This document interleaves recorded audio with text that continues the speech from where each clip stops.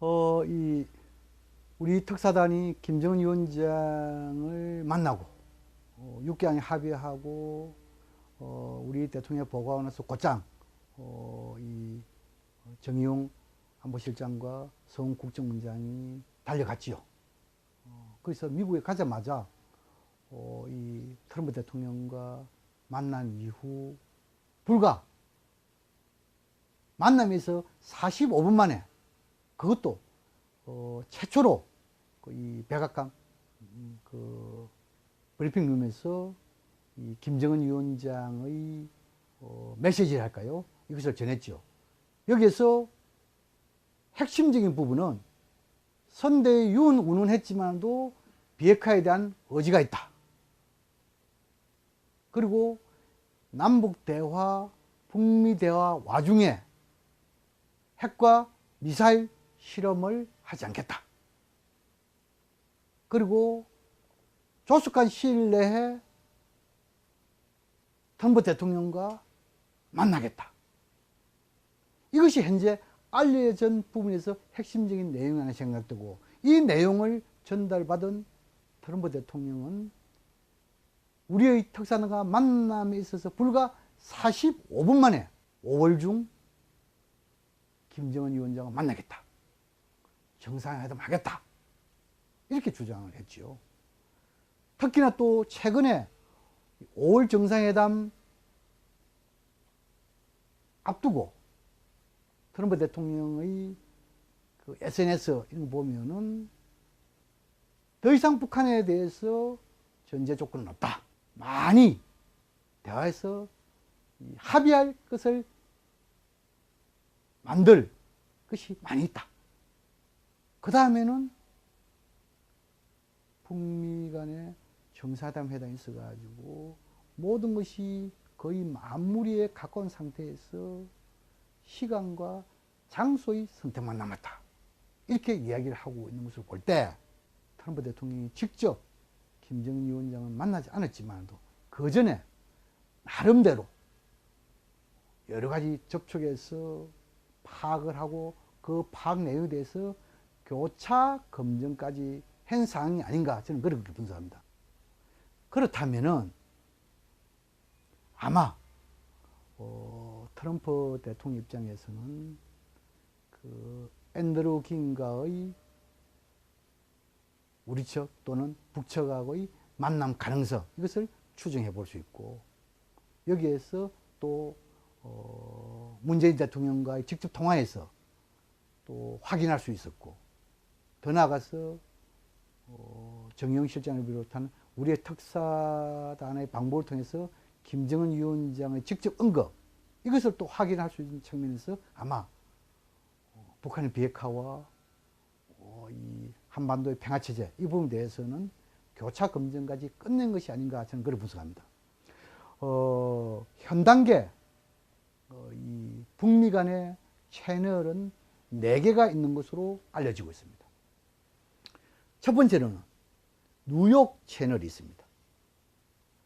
두 번째로는 반관 반민이라고 할 수 있는 1.5 또는 투트랙 채널이 있습니다. 세 번째는 미국의 NGO 단체들과 북한 간의 채널이 있습니다. 마지막 네 번째로는 북한의 통전부 또는 국가안전보위성과 미국 CIA 중앙정보부 간의 채널이 있는 것으로 알려지고 있습니다. 그런 차원에서 볼 때 아마 트럼프 대통령은 여러 가지 정보를 취합해서 나름대로 교차검증이 끝났기 때문에 김정은 위원장의 만남에 대해서 5월 중 만날 수 있다, 이러한 화답을 한 것이 아닌가 보여지고, 특히나 한반도 문제는 남북한의 문제이면서 국제적인 성격을 지닙니다. 일례로 이산가족 문제라든지 개성공단 문제라든지 금강산 관광 문제, 이런 부분, 또 그리고 서해상에서의 NLL 문제라든지 이런 군사적인 긴장 부분, 이런 부분에 대해서는 남북 간의 해결할 수 있는 어제들입니다. 북한의 핵 문제라든지 또는 대량 살상 무기와 관계되는 ICBM 같은 이런 무기, 또 그리고 정전체제에서 평화체제로 전환함에 있어 가지고 평화협정 문제, 통일 문제, 이런 부분은 아마 미국을 비롯한 중국, 주변 국가의 협력하에서 이루어질 수밖에 없기 때문에 이러한 부분은 국제적인 성격을 지닌다고 볼 수 있습니다. 그런 차원에서 4월 중 남북 정상회담과 5월 중 북미 정상회담, 이것은 한반도의 평화, 다시 말해서 만드는 평화, 여기서 상당한 중요한 기여를 할 것이다, 이렇게 보여지고, 그렇지만도 주로 평화를 만드는 이런 부분에 대해서는 관료라든지 정치적인 이런 그 고려가 많기 때문에 그런 차원을 봤을 때도 평화를 지키는 우리 군이라든지 주한미군을 비롯한 우리 한미동맹, 이런 부분에 대해서도 소홀히 해서는 안 된다. 그것이 자신의 책무와 역할을 다했을 때 한미정상회담, 이 한미 간의 조율뿐만 아니고 남북정상회담과 북미정상회담에서 성공적인 개최를 담보할 수 있고, 이것이 한반도의 평화 만들기에 상당 부분 긍정적인 기여를 할 것으로 전망합니다. 최근 한반도에는 문재인 대통령이 총감독을 하고 서훈 국정원장과 폼페오 미 CIA 국장이 연출을 하고 트럼프 대통령과 김정은 위원장이 주연 배우로 나서는 한편의 한반도 드라마가 진행되고 있다, 저는 그렇게 평가합니다.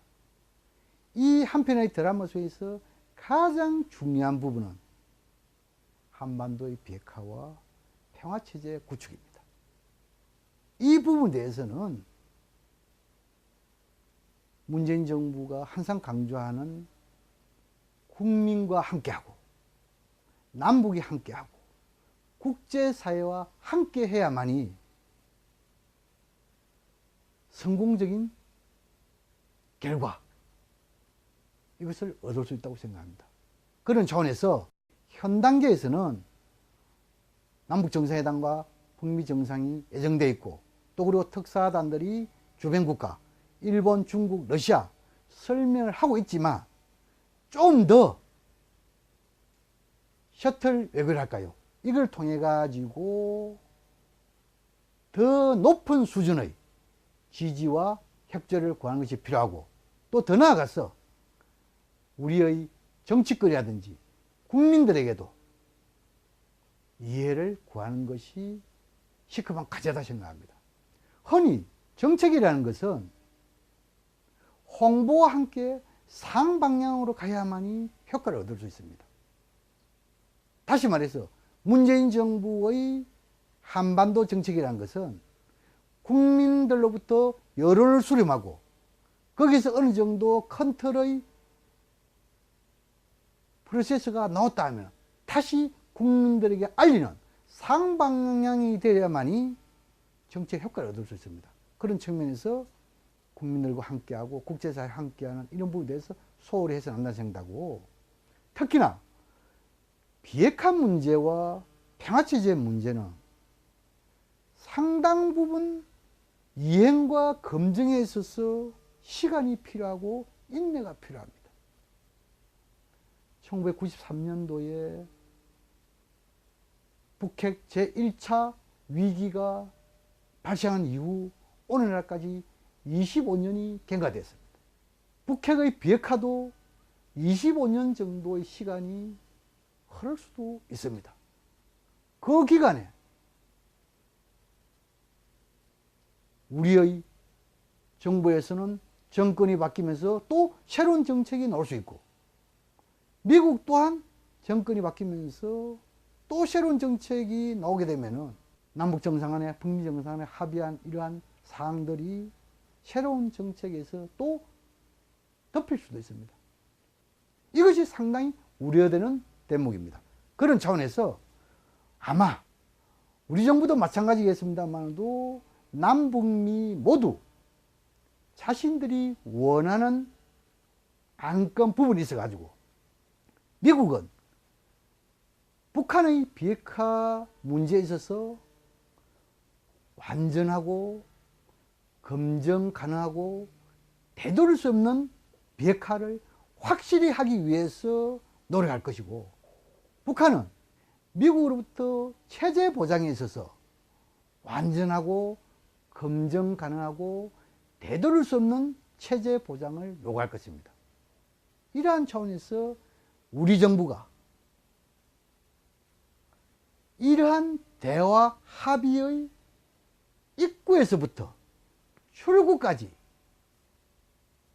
창조적이고 적극적인 중재자 역할을 하지 않을 수가 없고, 또 한편으로는 한반도 문제의 당사자로서 어쩌면은 미국과 북한을 관리해가면서 한 발짝 한 발짝 나아가야 될 상황이 올 줄도 모릅니다. 그래서 너무 조급증을 버리고 인내를 하면서 하나하나 합의서에 대한 검증, 이해, 또 그리고 다음 단계로의 합의, 이러한 자세가 현실적인 문제를 푸는 해법이 아니겠냐, 저는 그렇게 생각합니다.